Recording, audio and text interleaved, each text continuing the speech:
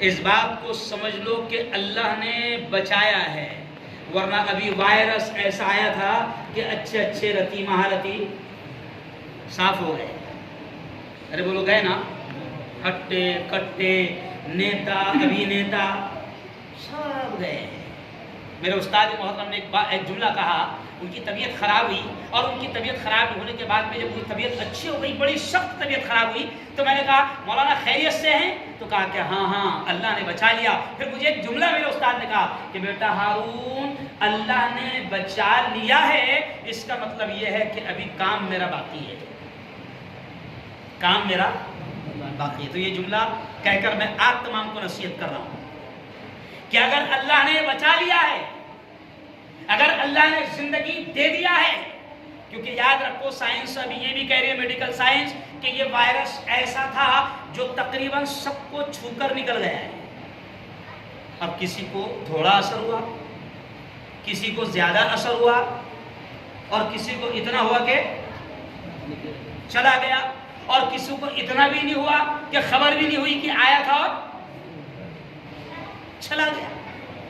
تو میرے استاد کہتے ہیں کہ یارو اگر اللہ نے زندگی دے دی ہے تو اس کا احسان مانو کہ کام کر رہا ہے. اور کام کرنے کا مقصد یہ نہیں ہے کہ صرف اپنا کام کرنا ہے، اپنے ہی لیے کرنا ہے، اپنی ہی کھیتی کرنا ہے، اپنی ہی دکان میں لگے رہنا ہے، اپنے ہی کاروبار میں لگے رہنا ہے. میں بالکل صاف طور سے کہہ رہا ہوں کہ یارو انسان اللہ نے بنایا ہے، اگر صرف خود کے لیے جینا ہوتا تھا یا خود کے لیے آپ کو زندگی دینا ہوتا تھا تو اللہ بکری بنا دیتا، گائے بنا دیتا، بیل بنا دیتا، گھوڑا بنا دیتا، گدھا بنا دیتا، جانور بنا دیتا. لیکن اللہ نے انسان بنایا، اور قرآن میں قسم کھا کر اللہ نے انسان کے تعلق سے یہ کہا کہ تو میری سب سے پیاری مخلوق ہے.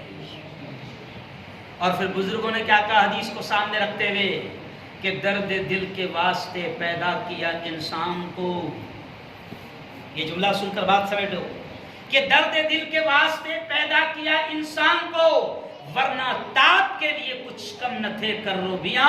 علامہ اقبال کہتے ہیں کہ اللہ کہتا ہے کہ میں نے تمہیں ایک دوسرے کا درد سمجھنے کے لیے پیدا کیا ہے، ایک دوسرے کی خدمت اور ایک دوسرے کے کام آنے کے لیے پیدا کیا ہے. میں نے تمہیں انسان بنایا ہے، میں نے تمہیں اشرف المخلوقات بنایا ہے، اور ایک دوسرے کے درد کو سمجھنے کے لیے بنایا ہے. عبادت اگر کروانا صرف عبادت اگر کروانا تم سے مقصد ہوتی تو پھر میری عبادت کے لیے اور دوسری مخلوق کم نہیں ہے. آپ کو معلوم ہے اللہ کے عرش کا طواف کرنے والے ایک وقت میں اللہ کے عرش جیسے نیچے کعبہ ہے نا، ویسے کعبے کی سیدھ میں اوپر اللہ کا عرش ہے، اور اللہ کے عرش کو طواف کرنے والے 70,000 فرشتے ایک وقت میں طواف کرتے ہیں. اور کتنے ہیں، صرف وقت کا میں سمجھا رہا ہوں، کتنے ہیں کہ اندازہ اس سے لگایا کہ 70,000 فرشتے ایک وقت میں طواف کرتے ہیں، اور جن کا ایک مرتبہ نمبر آ گیا قیامت تک ان کا نمبر نہیں آنے. تو فرشتے کم تھے اللہ کی بات. یہ جو چڑیا چہچہاتی ہے، یہ جو کبوتر آواز نکالتے ہیں، یہ جو جانور بولتے ہیں، قرآن کہتا ہے کہ یہ تمام چرند پرند بھی میری تسبیح اور میری عبادت کرتے ہیں. کم نہیں تھے، اس لیے انسانوں کو عبادت دی بھی گئی تو کم دی گئی. 24 گھنٹے میں کتنے بار ہے؟ ارے بولو 5 بار. اور 5 بار کی ہر نماز کو کتنے منٹ کے لیے رکھیں آپ؟ زیادہ سے زیادہ 10 منٹ. بہت ہو گئے.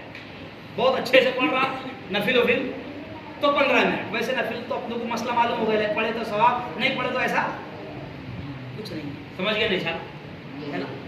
تو 10 منٹ. اب 24 گھنٹے اس کے ہیں، اور 24 گھنٹے میں سے ایک نماز کے لیے 10 منٹ نکالے تو 50 منٹ، یا کل ملا کے 1 گھنٹہ. اور 24 گھنٹے جس نے دیا ہے اور اس سے یہ کہے کہ بیزی ہوں، 1 گھنٹہ بھی نہیں ہے، بڑا بیزی ہوں، تو میں کہتا ہوں اگر ایزی کر دیا تو نہیں سمجھا. بیزی ہے نا بہت، اور ایزی کر دیا تو سارے ٹینشن ختم.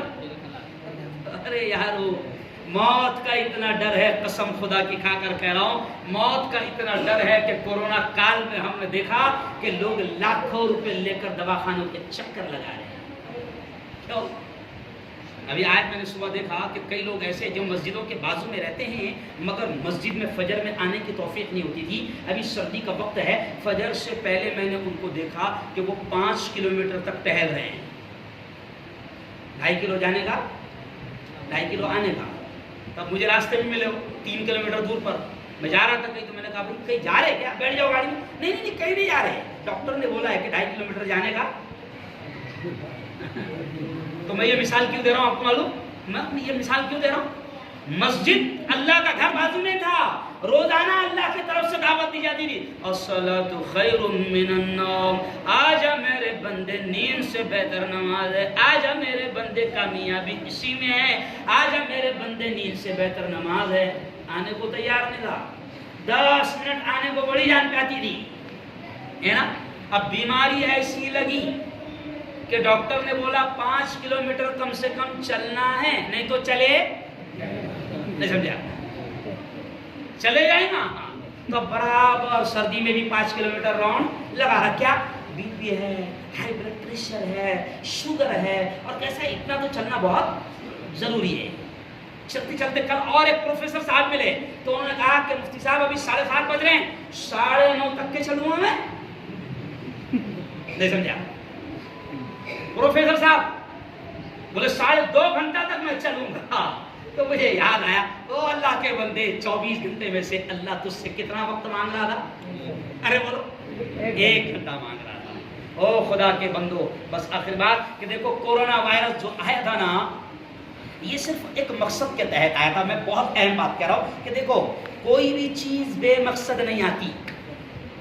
قرآن میں تو اللہ نے یہاں تک کہ کہا کہ میں نے کسی بھی چیز کو بے مقصد نہ بھیجا نہ پیدا کیا. تو کورونا بھی کچھ سمجھانے کے لیے آیا, اور اچھی چیزیں اس نے سمجھا بھی دیا.